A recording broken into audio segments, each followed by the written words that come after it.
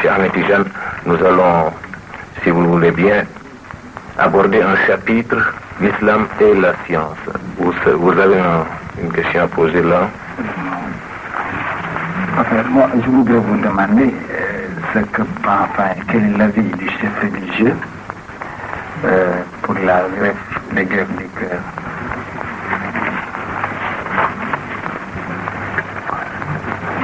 Et l'exploration du cosmos. Oui, la marche de l'homme sur la Lune, parce qu'il y a certains croyants qui n'y croient pas encore.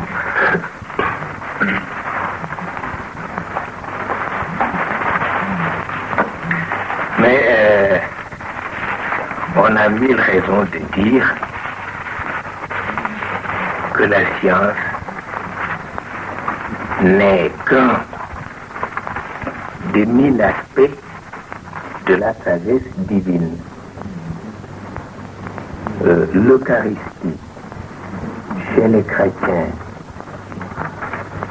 et l'ascension nocturne, chez les musulmans, en sont des preuves irréfutables.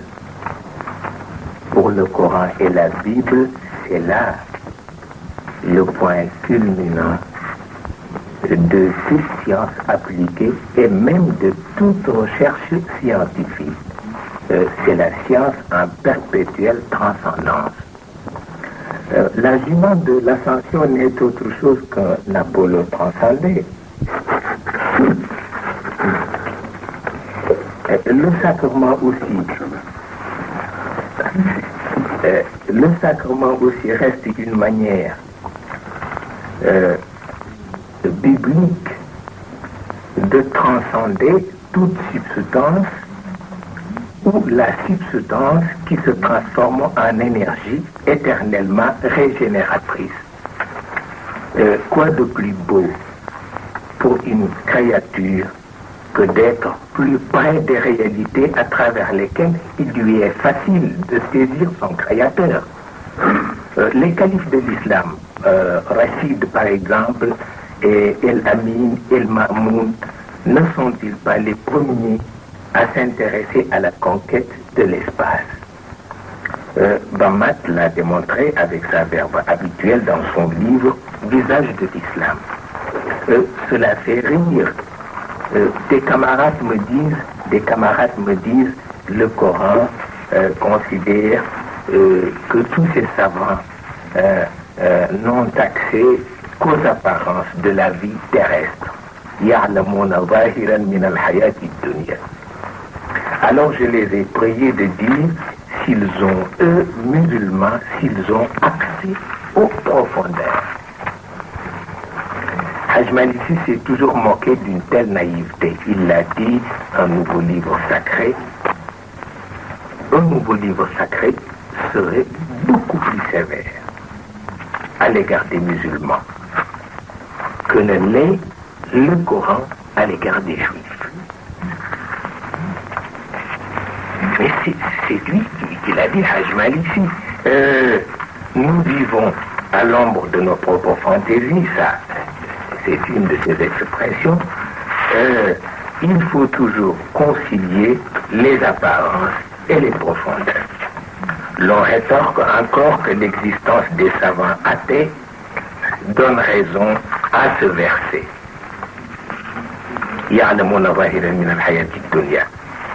Alors là, on affirme qu'il y a croire et croire. Un savant qui n'est pas encore assez fort. Pourquoi un Dieu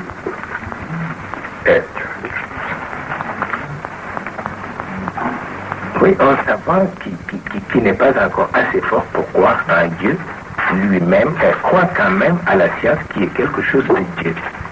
Il croit à quelque chose qui est quelque chose de Dieu. Je suis sûr que si les prophètes étaient encore là, en cette moitié du XXe siècle, ils auraient fait marcher leurs adeptes sur plus d'une planète.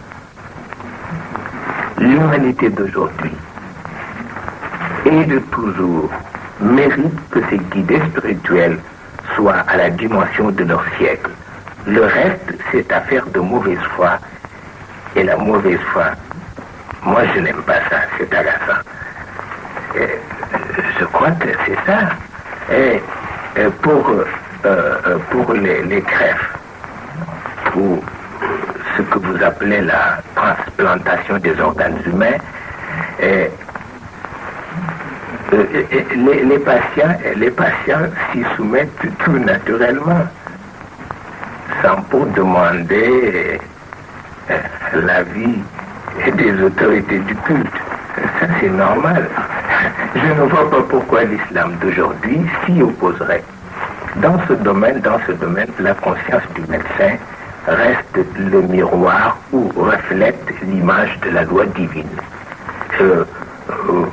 Hajjaj, que vous connaissez tous, c'était un grand esprit et il était infirme.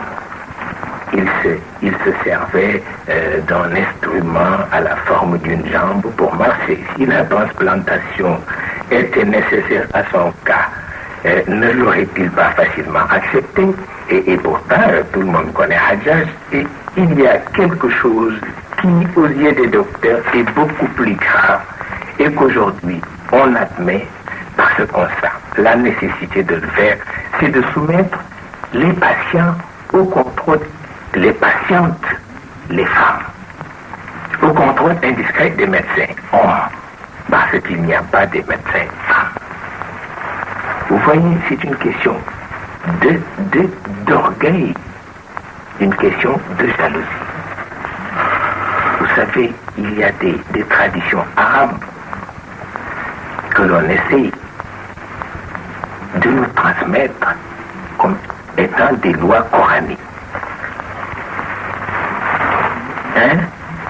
Et vous voyez, parce que l'arabe est naturellement jaloux, qui est obligé de dire non, s'il y a un médecin homme, moi je ne vais pas envoyer ma femme à l'hôpital. Vous voyez, ça n'a rien à voir, avec la raison, ça n'a rien à voir avec nos traditions. Vous savez, c'est beaucoup plus grave que la transplantation. Chez les docteurs, c'est beaucoup plus grave. Pourquoi on l'accepte? Parce que chez nous, ça n'existe pas. Ça n'existe pas.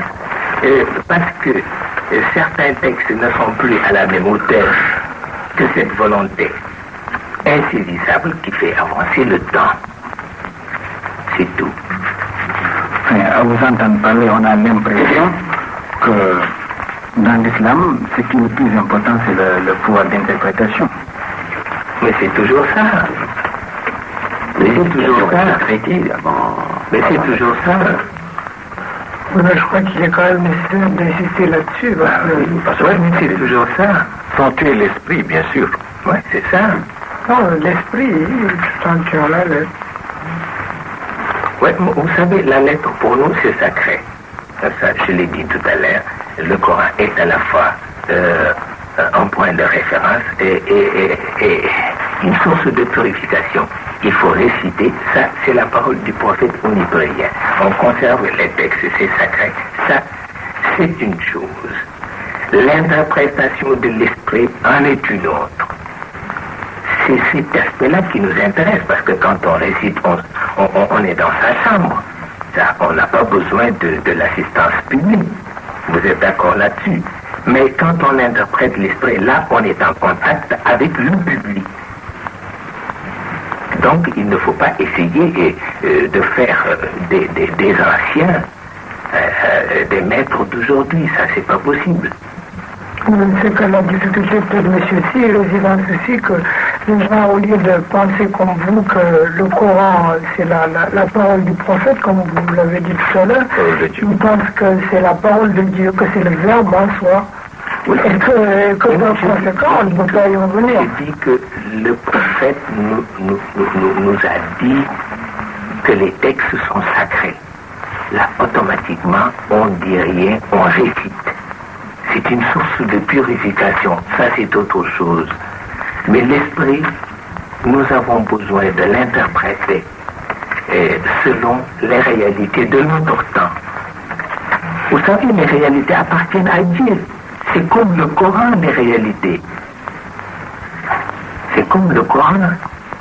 toutes les réalités appartiennent à Dieu. Ici au Sénégal, on a toujours l'impression que c'est quelque chose, par exemple, que Mohamed a déjà fait ou n'a pas fait, par exemple. Quand je prends un exemple, on dit, bon, le porc, c'est défendu parce que Mohamed avait dit cela, un autre truc, parce que Mohamed avait dit cela, et puis on ne sort pas. Est-ce qu'effectivement c'est la religion qui défend ça, ou bien c'est une prescription, une recommandation, ou bien c'est parce que Mohamed ne l'avait pas voulu, ou bien ne l'avait pas fait, qu'il ne faut pas faire ça? Mais vous savez, je ne dis pas que le porc est interdit par Mahomet, mais certains médecins disent que pour la chaleur, c'est très mauvais. Oui, mais il y a l'alcool aussi. La même chose, les gens se demandent si c'est réellement interdit ou bien si c'est simplement découragé. Voilà. Mais avec le prophète, ces recommandations avaient un aspect social. Oui, c'est ça, mais il y a des raisons, il l'a dit. Il y a des raisons, il l'a dit.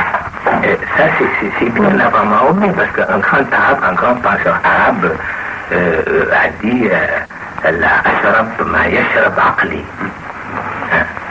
Mais est-ce qu'actuellement, dans la situation actuelle de notre pays, enfin du pays en général, vous pensez que ces recommandations